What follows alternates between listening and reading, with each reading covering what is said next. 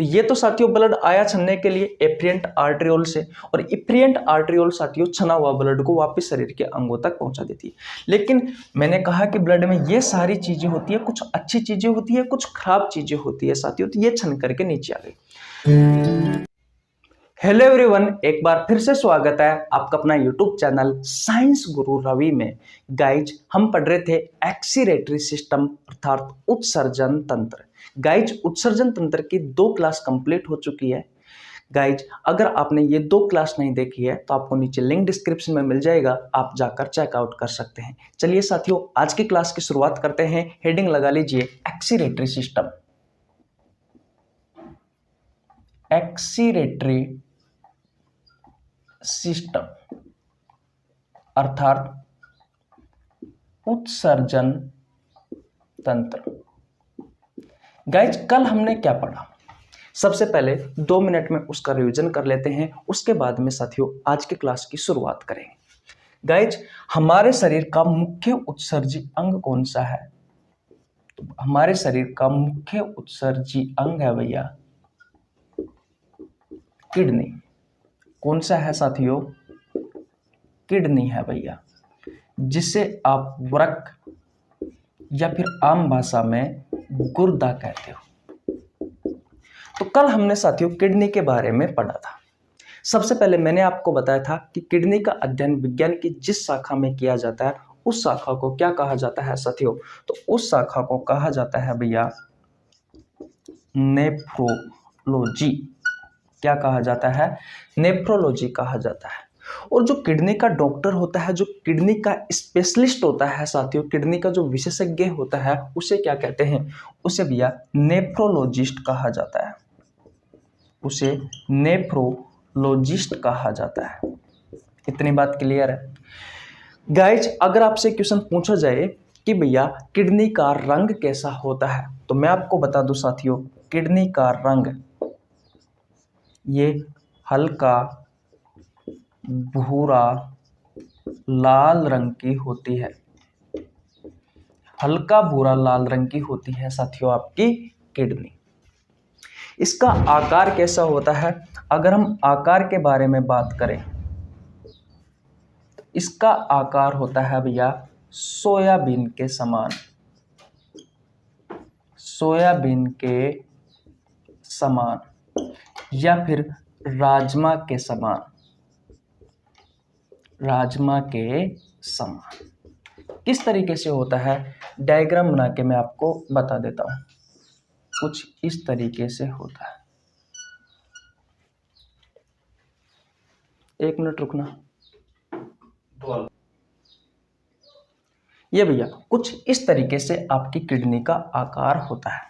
आपकी किडनी की संख्या 2 होती है साथियों। एक ये तो होती है साथियों राइट किडनी, और ये होती है भैया आपकी लेफ्ट किडनी। इतनी बात क्लियर है साथियों? अगर हम इसकी लेंथ की बात करें तो इसकी लेंथ होती है 10 से 12 सेंटीमीटर, ये वाली लेंथ। अगर हम इसकी थिकनेस की बात करें, अगर हम इसकी मोटाई की बात करें साथियों, तो मोटाई होती है इसकी 2 से 3 सेंटीमीटर। अगर हम इसके डायमीटर की बात करें, अगर हम इसके व्यास की बात करें, 2 से 4 सेंटीमीटर इसका व्यास होता है। और बात करें साथियों, अगर मैं इसकी लोकेशन की बात करूं, अगर इसकी लोकेशन क्या होती है, तो भैया ये होती है dorsal side. Dorsal side of abdominal cavity. उदर गुहा में पीछे की तरफ होती है साथियों, या फिर आपके ऑप्शन में आ सकता है पेक्टोरियल कैविटी। पेक्टोरियल कैविटी ये होती है साथियों आपकी किडनी की लोकेशन। अगर इसके फंक्शन की बात करें साथियों कि इसका फंक्शन क्या होता है, तो इसका फंक्शन होता है भैया ब्लड फिल्ट्रेशन। ब्लड फिल्ट्रेशन यानी कि रक्त को छानना। इतनी सारी कहानी साथियों हमने कल पढ़ी थी। अब यहां से कुछ महत्वपूर्ण बातें हैं जो आपको समझनी है। मैंने ये कहा बेटा कि किडनी क्या करती है, ब्लड फिल्ट्रेशन का कार्य करती है, रक्त को छानने का कार्य करती है। बेटा रक्त को छाना क्यों जाता है? तो देखिए हमारे ब्लड में साथियों कुछ अच्छी चीजें होती है और कुछ साथियों खराब चीजें होती है। अच्छी चीजों की बात करें तो भैया water, vitamin, glucose, amino acid, ions, minerals, ये सभी अच्छी चीजें साथियों आपके ब्लड में होती है। लेकिन दूसरी तरफ देखा जाए साथियों तो जैसे कि creatinine, urea, ammonia, uric acid, साथियों ये वेस्ट होते हैं जो हमारे शरीर में बनते हैं, और अगर ये हमारे शरीर में रहेंगे बेटा तो हमारे शरीर के अंगों को डैमेज कर देंगे, हमें साथियों बहुत सारी बीमारियां कर देंगे। इसलिए बेटा इन अपशिष्ट पदार्थों को, इन वेस्टों को शरीर से बाहर निकालना अति आवश्यक है। इसलिए साथियों ब्लड को छानने की आवश्यकता पड़ी। अब बात आती है साथियों कि भैया किडनी ब्लड को छानती है, लेकिन मैं आपको बता दूं साथियों किडनी एक ऑर्गन है, और ऑर्गन किससे बने हुए होते हैं? ऑर्गन बना हुआ होता है साथियों सेल से, यानी कि कोशिका से। और किडनी की जो कोशिका होती है साथियों वो होती है भैया नेफ्रॉन। कौन सी होती है साथियों? नेफ्रॉन। और ये जो नेफ्रॉन होती है साथियों, ये एक किडनी में कितने नेफ्रॉन होते हैं? 1 मिलियन नेफ्रॉन होते हैं साथियों, 1 मिलियन नेफ्रॉन होते हैं। और ये नेफ्रॉन ही साथियों किडनी में ब्लड को फिल्टर करने का कार्य करती है, ब्लड को छानने का कार्य करती है। अगर गाइज हम एक नेफ्रॉन की संरचना देख ले, अगर आप एक नेफ्रॉन को इलेक्ट्रॉन माइक्रोस्कोप पर रख के देखोगे साथियों तो किस तरीके से संरचना दिखाई देती है, और वो किस तरीके से काम करती है साथियों, उसके कौन कौन से पार्ट होते हैं और किस तरीके से वो ब्लड को फिल्टर करती है साथियों, तो सारी कहानी आपको समझ में आ जाएगी कि किस तरीके से ये 1 लाख नेफ्रॉन ब्लड को फिल्टर करते हैं, किस तरीके से ये आपकी किडनी ब्लड को फिल्टर करती है साथियों। तो ये सारी कहानी अब हम समझने वाले हैं। तो क्या इतनी सारी कहानी आपको समझ में आ गई या नहीं आई? अगर आ गई है गाइज तो वीडियो को लाइक कर दीजिए, आपके छोटे भाई के लिए एक प्यारा सा कमेंट कर दीजिए, चैनल पर नया तो चैनल को सब्सक्राइब कर लेना, बेल आइकन को प्रेस कर लेना, जिससे आपके पास हमारी वीडियो का नोटिफिकेशन टाइम टू टाइम पहुंच सके। गाइज मेरे बारे में जान लेते हैं। मेरा नाम रवि है, मैं सभी प्रतियोगी परीक्षाओं के लिए बायोलॉजी पढ़ाता हूं। जो कंटेंट आपको पेड कोर्स में उपलब्ध नहीं होता उससे अच्छा कंटेंट देने की कोशिश करता हूं। आपको हमारे साथ जुड़ने के लिए 1 रुपए देने की आवश्यकता नहीं है, सिर्फ आपको चैनल को सब्सक्राइब करना है, बेल आइकन को प्रेस करना है, जिससे आपके पास हमारी वीडियो का नोटिफिकेशन टाइम टू टाइम पहुंच सके। गाइज अगर आप हमारे साथ फेसबुक पेज पर, इंस्टाग्राम अकाउंट पर, ट्विटर पे, टेलीग्राम चैनल है, टेलीग्राम ग्रुप में जुड़ना चाहते हो साथियों तो आपको नीचे लिंक डिस्क्रिप्शन में मिल जाएगा, आप जाकर जुड़ सकते हो। मैंने बायोलॉजी के बहुत सारे चैप्टर करवा रखे हैं, आप हमारे चैनल पर जरूर विजिट करें। वहां पर प्लेलिस्ट में जाइए, प्लेलिस्ट में आपको साथियों सभी चैप्टरों की प्लेलिस्ट मिल जाएगी। तो बोलो साथियों ये कहानी समझ में आई? और इसके अलावा ये कहानी आपको समझ में आई या नहीं आई कि ब्लड को छानने की आवश्यकता क्यों पड़ी, और ब्लड को कौन छानता है? किडनी छानती है। किडनी में भी कौन छानता है? तो नेफ्रॉन छानता है। नेफ्रॉन क्या है? किडनी की सेल है। तो गाइज अब हम क्या करेंगे भैया, जब एक नेफ्रॉन को इलेक्ट्रॉन माइक्रोस्कोप पर रखा जाता है तो किस तरीके से नेफ्रॉन की संरचना दिखाई देती है, किस तरीके से वो नेफ्रॉन ब्लड को फिल्टर करता है साथियों। यानी कि अब हम पढ़ेंगे नेफ्रॉन की संरचना, जहां से साथियों आपसे आपके प्रतियोगी परीक्षाओं में बहुत सारे क्वेश्चन पूछे जाते हैं। तो जुड़े रहना हमारे साथ, जो जो मैं करवाता हूं वो सारी चीजें नोट कर लेना साथियों, मजा आ जाएगा आपको क्लास में, अंत तक देखना। बहुत सारे क्वेश्चन यहां से आपसे आपकी प्रतियोगी परीक्षाओं में पूछे जाते हैं। तो चलो भैया आगे चलते हैं। ये कहानी समझ में आ गई है तो स्क्रीनशॉट ले लीजिए। ले लिया स्क्रीनशॉट? ओके भैया। देखिए भैया अब हम पढ़ने वाले हैं स्ट्रक्चर ऑफ वन नेफ्रॉन, यानी कि एक नेफ्रॉन की संरचना। तो हेडिंग क्या लगाओगे आप? हेडिंग लगाओगे स्ट्रक्चर ऑफ वन नेफ्रॉन। एक नेफ्रॉन की संरचना, एक नेफ्रॉन की संरचना। गए जब आप एक नेफ्रॉन को इलेक्ट्रॉन माइक्रोस्कोप पर रखते हो तो किस तरीके से साथियों वो नेफ्रॉन दिखाई देता है, उसके बारे में हम पढ़ने वाले हैं। नेफ्रॉन की संरचना के बारे में पढ़ने वाले हैं कि नेफ्रॉन की संरचना के कौन कौन से भाग होते हैं और नेफ्रॉन किस तरीके से कार्य करता है, इन सारी चीज़ों का हम वर्णन करने वाले हैं। तो सबसे पहले मुझे ये बताओ साथियों कि जो ब्लड होता है उसमें क्या क्या होता है। मैंने बताया कि दो चीज़ें होती है, कुछ अच्छी चीज़ें होती है और कुछ बुरी चीज़ें होती है, जिनमें आता है साथियों water, amino acid, glucose, ions और भैया मिनरल्स। ये तो कुछ अच्छी चीज़ें हैं। खराब चीज़ें कौन कौन सी है? तो क्रिएटिनाइन है, यूरिया है, यूरिक एसिड है और भैया अमोनिया है। ये सारी चीज़ें हमारे ब्लड में होती है बेटा। अब ब्लड को छानना है और ब्लड को छानने का कार्य कौन करता है? नेफ्रॉन, आपकी किडनी की कोशिका। तो आइए गाइज अब नेफ्रॉन की संरचना बनाते हैं। ध्यान से सुनना साथियों, थोड़ा कठिन लगेगा आपको, लेकिन मेरे साथ अगर आप चलोगे तो आपको बिल्कुल भी कठिन नहीं लगेगा। देखिए भैया, सबसे पहले एक कटोरे के समान एक संरचना होती है, या सी आकार की आप कह सकते हो। कुछ इस तरीके से होती है भैया, देखते जाइए।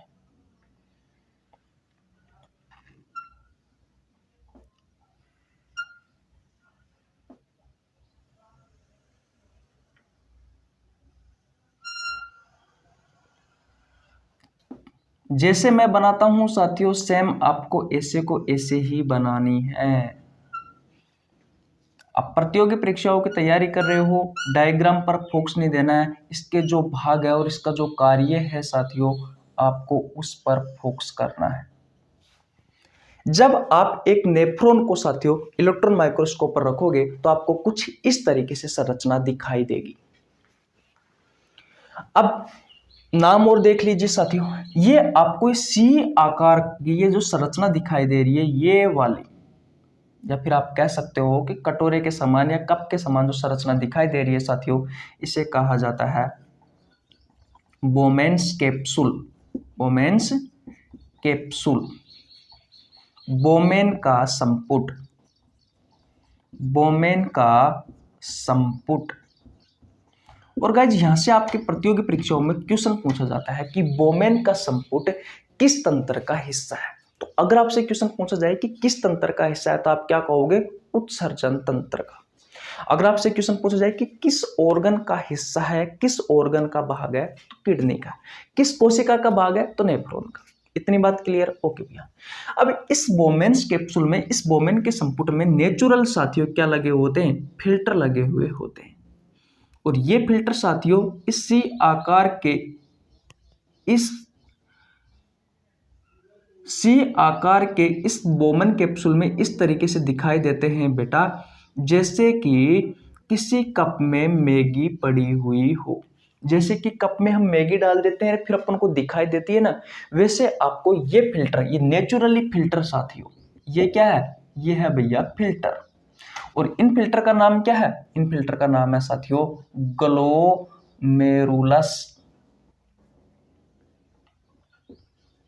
फिल्टर। हिंदी में कहा जाता है ग्लोमेरुलस के गुच्छे। ग्लोमेरुलस के गुच्छे कहा जाता है साथियों।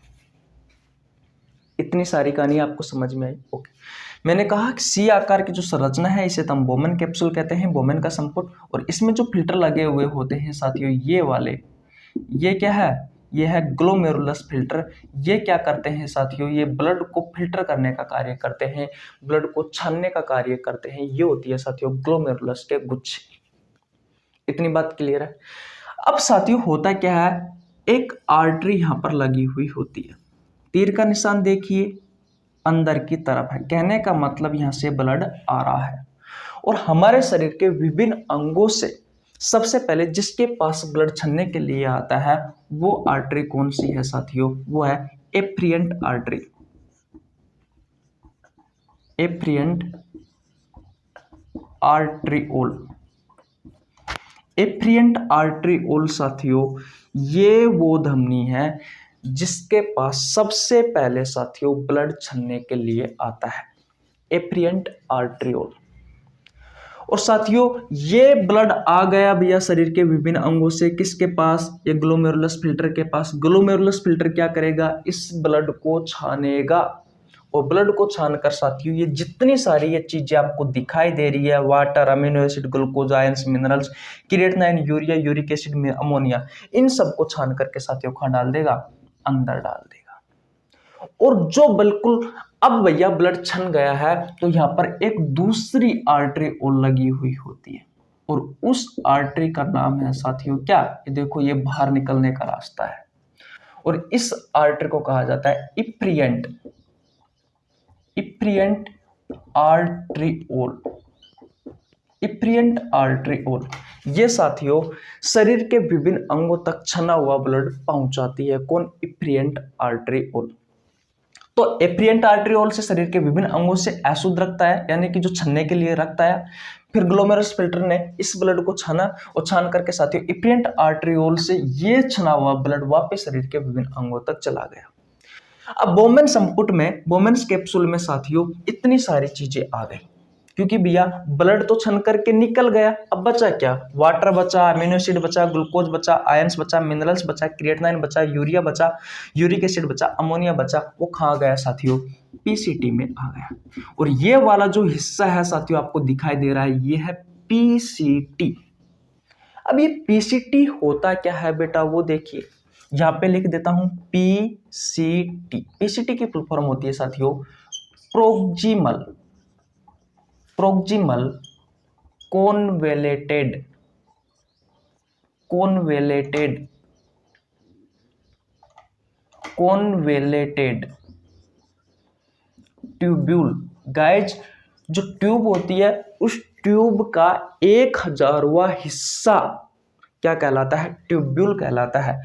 इस पीसीटी की फुल फॉर्म होती है प्रोक्सिमल कॉन्वेलेटेड ट्यूब्यूल। इसको हिंदी में कहा जाता है आगे की तरफ, आगे की तरफ घूमी हुई नलिका, घूमी हुई नलिका। इसके पास साथियों अब क्या आ गया भैया, ये सारी चीजें छन करके आ गई। और ये पीसीटी क्या करती है साथियों, पीसीटी ग्लूकोज का, पीसीटी में लिख देता हूं, पीसीटी वैसे आगे भी लिखाना है, आगे मैं आपको अच्छे से लिखूंगा। पीसीटी क्या करती है साथियों, ग्लूकोज को और एमिनो एसिड को, यानी कि इस ग्लूकोज को और इस एमिनो एसिड का अवशोषण करती है साथियों, कौन, पीसीटी। और इसमें क्या ताक देती है, H+ आयन, H+ आयन साथियों छोड़ देती है, जिससे यहाँ पर ये जो मिश्रण था साथियों, इस मिश्रण का पीएच मान हो जाता है साथियों कितना, 6। और अगर मैं प्रकृति की बात करूं, इसकी प्रकृति हो जाती है बेटा दुर्बल अम्लीय, क्योंकि 7 से 1 की तरफ जाने पर क्षारीयता बढ़ती है, तो 1 के आसपास के मान प्रबल अम्लीय होंगे और 7 के आसपास के मान दुर्बल अम्लीय होंगे। अगर पीएच मान 6 साथियों तो इसकी प्रकृति होगी दुर्बल अम्लीय। इतनी सारी कहानी आपको समझ में आई या नहीं है। और देखिए ये जो आपको झूला दिखाई दे रहा है साथियों, इसे कहा जाता है लूप ऑफ हेनले, हेनले का झूला, हेनले का झूला,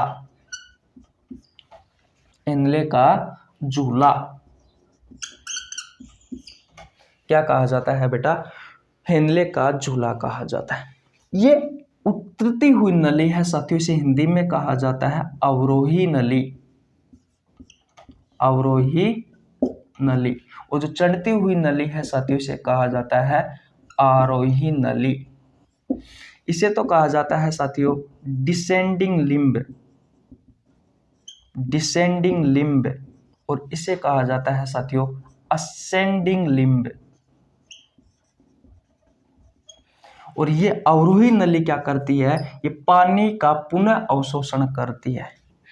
याद रखना, दोबारा भी लिखवाऊंगा, यहाँ पे समझा रहा हूं, ये क्या करती है, पानी का पुनः अवशोषण करती है। और ये चढ़ती हुई नली क्या करती है, NaCl, नमक साथियों, आयंस और मिनरल्स जो होते हैं उनका अवशोषण करती है साथियों, कौन, ये आरोही नली। और साथियों ये जो आपको संरचना दिखाई दे रही है, ये वाली होती है DCT। क्या होती है साथियों, DCT। अब डीसीटी की फुल फॉर्म क्या है साथियों, तो कहाँ पे लिखूं भैया, यहाँ पे आ जाएगा क्या, नहीं यहाँ पे लिख देता हूं। डीसीटी की फुल फॉर्म होती है साथियों डिस्टल कॉन्वेलेटेड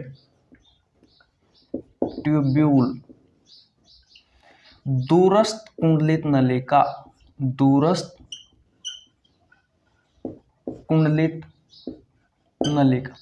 इसमें साथियों किसी भी प्रकार का अवशोषण नहीं होता, इस बात को आपको ध्यान रखना है। और ये जो आपको ये हिस्सा दिख रहा है, ये होता है भैया कलेक्टिंग डक्ट, कलेक्टिंग डक्ट यानी कि संग्रहित नली। और इसमें जो आ गया साथियों वो कहलाता है भैया यूरिन, वो कहलाता है यूरिन, जिसे आप मूत्र या पेशाब कहते हो।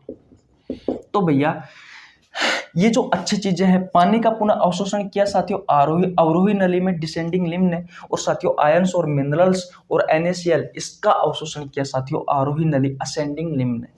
तो ये जो अच्छी चीजें हैं साथियों, इन चीजों का तो अवशोषण हो गया भाई, ये चीजों का तो अवशोषण हो गया, लेकिन ये जो खराब चीजें हैं साथियों, जैसे कि क्रिएटिनिन इसका नहीं हुआ, यूरिया का नहीं हुआ, यूरिक एसिड का नहीं हुआ, अमोनिया का नहीं हुआ, तो साथियों ये सभी चीजें, ये जो बचा हुआ भाग है जिसे आपने यूरिन मूत्र या पेशाब कहा, तो इसमें आ गया है कि नहीं है। अब साथियों यहाँ से कहाँ जाएगा, यूरेटर डक्ट मूत्र वाहिका के पास जाएगा। मैंने आपको कल बताया था कि मूत्र का बाहर जाने का रास्ता क्या होता है, तो किडनी में तो क्या ब्लड क्षमता है, फिर उसके बाद में यूरेटर डक्ट, तो ये किडनी में तो ब्लड हुआ है साथियों, किडनी का ही तो भाग है नेफ्रॉन, तो इसी में तो ये प्रोसेस हुआ है। अब ये जो यूरिन है ये कहाँ जाएगा, यूरेटर डक्ट यानी कि मूत्रवाहिका के पास जाएगा। मूत्रवाहिका से यूरिनरी ब्लैडर यानी कि मूत्राशय में कुछ समय के लिए इकट्ठा होगा और फिर यूरेथ्रा मूत्र मार्ग की सहायता से शरीर से बाहर निकल जाएगा।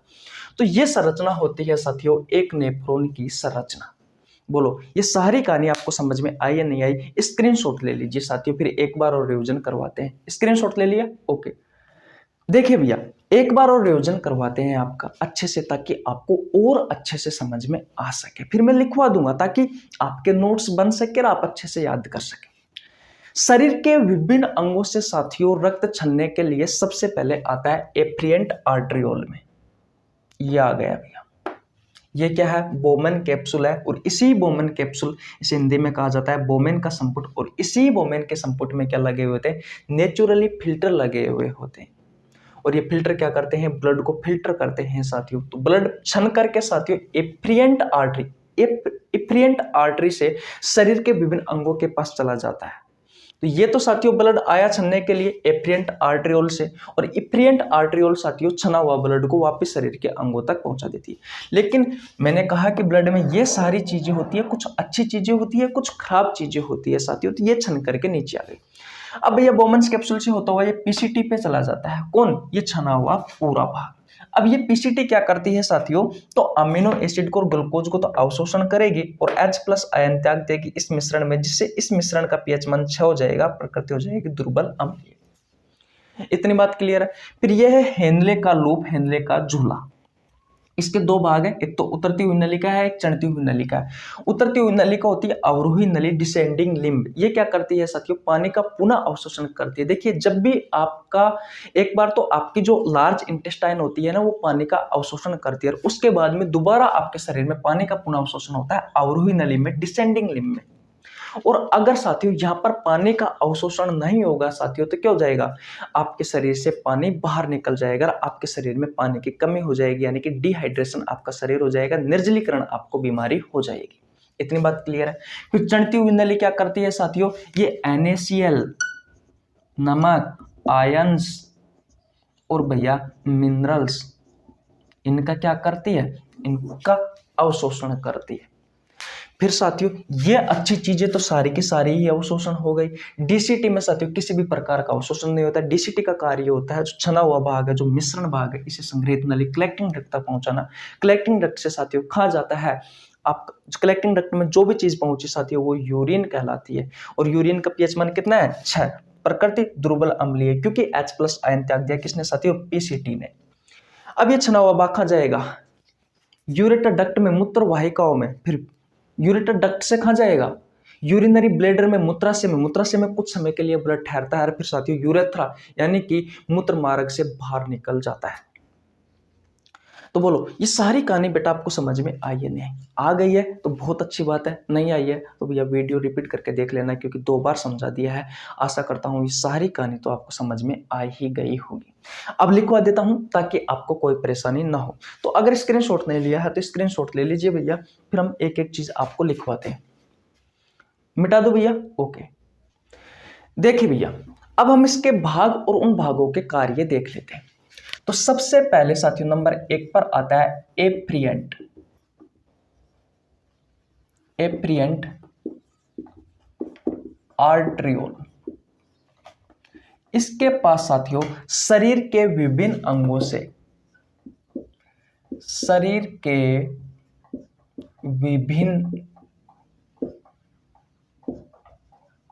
से खून आता है। किस लिए आता है साथियों? छनने के लिए। अब जो एफरेंट आर्ट्रियोल है साथियों, इससे शरीर के विभिन्न अंगों से खून आता है छनने के लिए इसके पास। अब खून आ गया साथियों, तो इसके बाद नंबर 2 पर कहां जाएगा? Bowman's capsule. Bowman's capsule. बोमेन का जो संपुट है साथियों, बोमेन का जो संपुट है साथियों इसके पास आता है। इसका आकार सी आकार के समान होता है साथियों। और इसमें क्या लगे होते हैं? इसमें साथियों फिल्टर लगे होते हैं, और उन फिल्टर का नाम क्या है? ग्लोमेरुलस फिल्टर, जिसे आप ग्लोमेरुलस के गुच्छे कहते हो।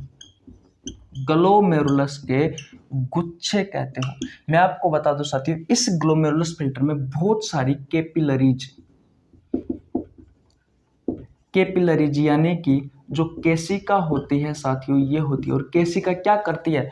आर्टरी और वेन, आर्टरी यानी कि धमनी और शिरा को जोड़ने का कार्य करती है साथियों। और इसमें शुद्ध रक्त और अशुद्ध रक्त दोनों प्रकार का रक्त बहता है, यानी कि मिश्रण रक्त बहता है। ये मैं कह सकता हूँ शुद्ध रक्त भी बहता है और अशुद्ध रक्त भी बहता है। और ये जो कैपिलरीज होती है साथियों, ये एस्क्यूमस टिश्यू की बनी हुई होती है। ये भी आपसे आपके प्रतियोगी परीक्षाओं में पूछ लिया जाता है, तो इस बात का भी आपको ध्यान रखना है। ग्लोमेरुलस फिल्टर क्या करता है साथियों? फिल्टर करने का कार्य करता है। किसे? ब्लड को। इतनी बात क्लियर है। उसके बाद में साथियों नंबर 3 पर आता है इफ्रिएंट आर्ट्रियोल। इफ्रिएंट आर्ट्रियोल साथियों छना हुआ ब्लड को, क्योंकि ग्लोमेरुलस फिल्टर ने ब्लड को छान दिया, तो भैया छने हुए ब्लड को या फिर खून को शरीर के विभिन्न अंगों तक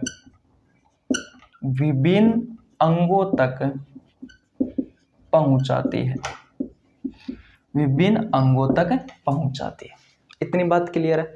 अब साथियों बोमन कैप्सूल में क्या था? Glomerulus filter. इसने ब्लड को छाना और इफ्रिएंट आर्ट्रियोल की सहायता से साथियों शरीर के विभिन्न अंगों तक वो तो डाल दिया। अब उसके बाद में साथियों बोमन कैप्सूल के बाद में नंबर 4 पर आता है साथियों पीसीटी, क्योंकि छना हुआ जो पार्ट है साथियों, जिसमें क्या थी? बहुत सारी अच्छी चीजें थी साथियों और बहुत सारी बुरी चीजें थी, जैसे कि वाटर था, अमीनो एसिड था, ग्लूकोज था, आयंस थे, मिनरल्स थे।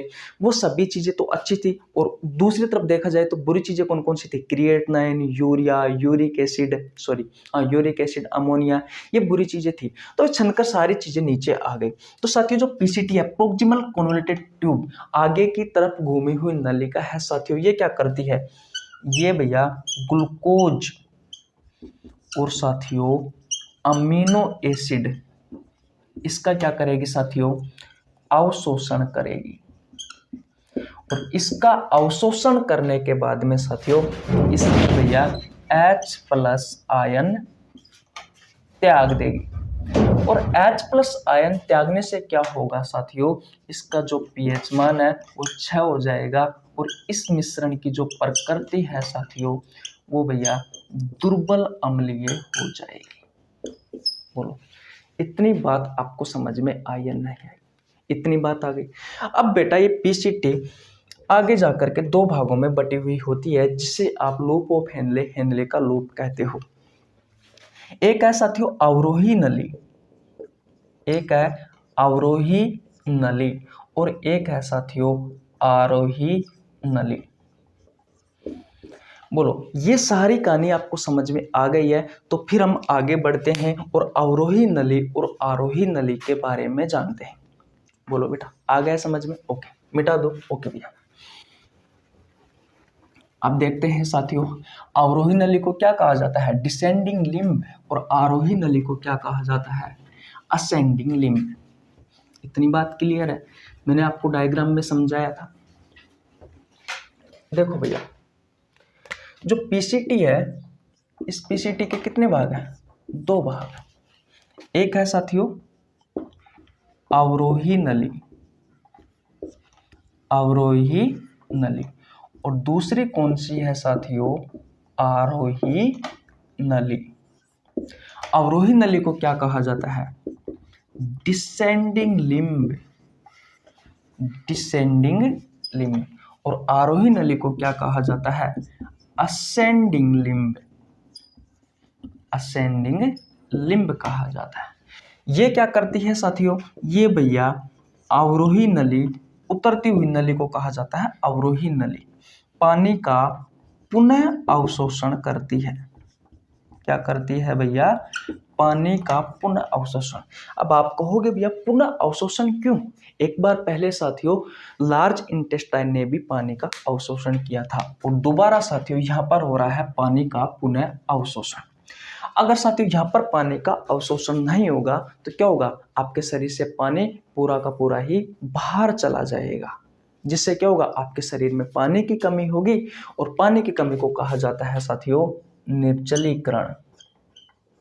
क्या कहा जाता है? निर्जलीकरण कहा जाता है।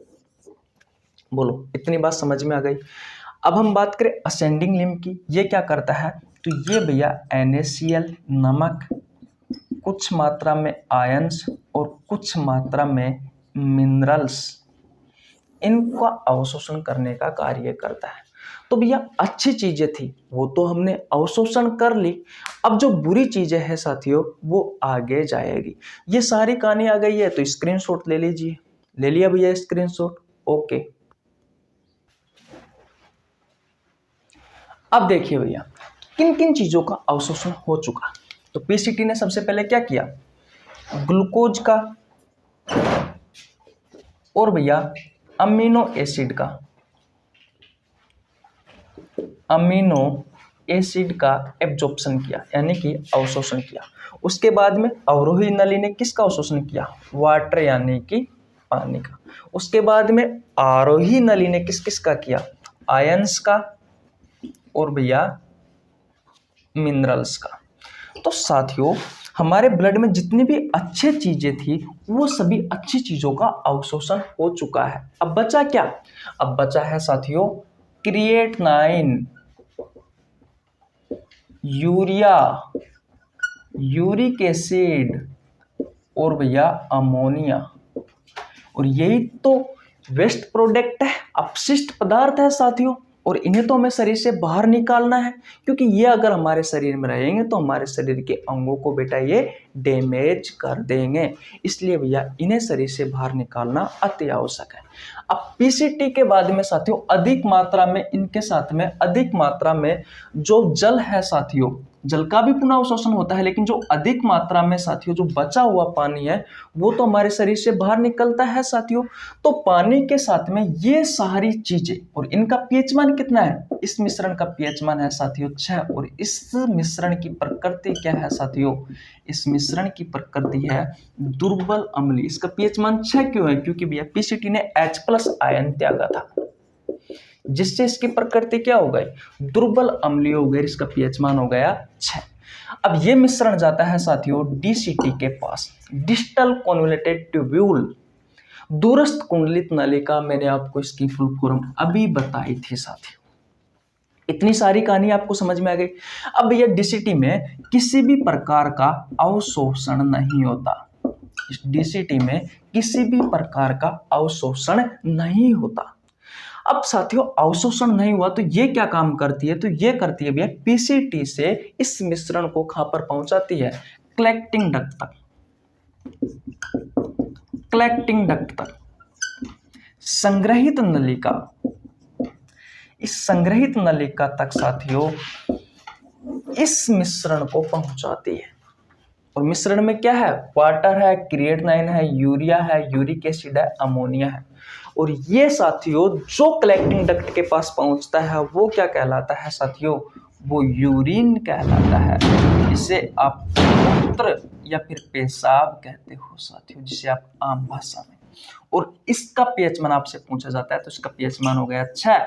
और अगर इसकी प्रकृति आपसे पूछी जाए साथियों तो इसकी प्रकृति होती है दुर्बल अम्लीय। कुछ इस तरीके से साथियों एक नेफ्रॉन कार्य करता है। ये एक नेफ्रॉन की संरचना है जो मैंने आपको पढ़ाया है, और ये जो मैंने आपको भाग पढ़ाया ये सभी नेफ्रॉन के भाग है। बोलो भैया। अब भैया इसी तरीके से एक किडनी में 10 लाख नेफ्रॉन होते हैं, यानी कि 1 मिलियन नेफ्रॉन होते हैं। सभी नेफ्रॉन साथियों कुछ इस तरीके से ही ब्लड को फिल्टर करते हैं, और जिससे साथियों बहुत सारा क्या हो जाता है, यूरिन मूत्र इकट्ठा हो जाता है। और साथियों ये सभी ब्लड को फिल्टर करने का कार्य करते हैं। अब आप कहोगे तो 170 ग्राम की, अब ये आप कहोगे भैया कि नेफ्रॉन कितना बड़ा होता है, तो आप समझ लीजिए 170 ग्राम की एक किडनी होती है, और एक किडनी में 1 मिलियन यानी कि 10 लाख नेफ्रॉन होते हैं। और एक नेफ्रॉन को जब आप इलेक्ट्रॉन माइक्रोस्कोप पर रखते हो तो कुछ इस तरीके से दिखाई देता है, वो कितना बड़ा होगा आप खुद अनुमान लगा सकते हो। तो भैया किडनी में है नेफ्रॉन, कहने का मतलब किडनी ने भैया ब्लड को फिल्टर कर दिया और यूरिन का निर्माण कर दिया। किडनी ने क्या कर दिया साथियों, किडनी ने भैया यूरिन का फॉर्मेशन कर दिया, मूत्र का निर्माण कर दिया। एनडीए के एग्जाम में आपसे एक क्वेश्चन पूछा जाता है कि यूरिन किस रास्ते से बाहर निकलता है, तो किडनी ने साथियों ब्लड फिल्ट्रेशन करके यूरिन का निर्माण किया।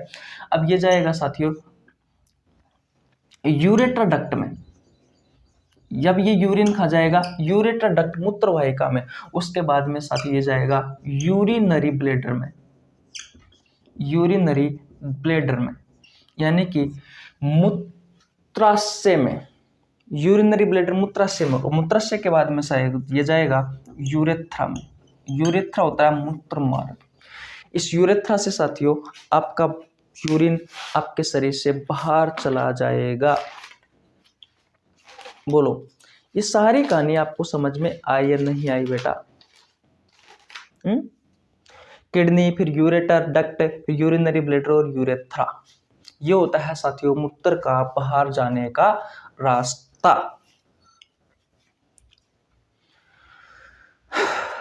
बोलो तो अब आपको समझ में आया नहीं आया कि किस तरीके से हमारी किडनी में ब्लड का फिल्ट्रेशन होता है और मूत्र का निर्माण होता है, मूत्र हमारे शरीर से बाहर जाता है।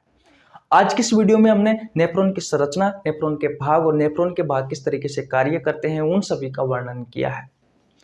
साथियों 3 क्लास इस एक्सीलरेटरी सिस्टम की कंप्लीट हो चुकी है। आज हम यहीं तक रखते हैं। कल हम साथियों जो बचे हुए क्वेश्चन हैं जो आपसे आपके प्रतियोगी परीक्षा में पूछे जाते हैं, जो चीज आपसे प्रतियोगी परीक्षा में पूछी जाती है, यार बचा हुआ कुछ थोड़ा बहुत भाग है, 1 क्लास और लगेगी साथियों, उसके बाद में चैप्टर समाप्त हो जाएगा। तो आज यहीं तक रखते हैं। कैसी लगी आपको वीडियो? अगर वीडियो अच्छी लगी हो तो वीडियो को लाइक कर देना, चैनल पर नए चैनल को सब्सक्राइब कर लेना, बेल आइकन को प्रेस कर लेना, जिससे आपके पास हमारे वीडियो का नोटिफिकेशन टाइम टू टाइम पहुंच सके। मिलते हैं गाइस किसी नेक्स्ट वीडियो में, तब तक के लिए जय हिंद, जय भारत, राम राम।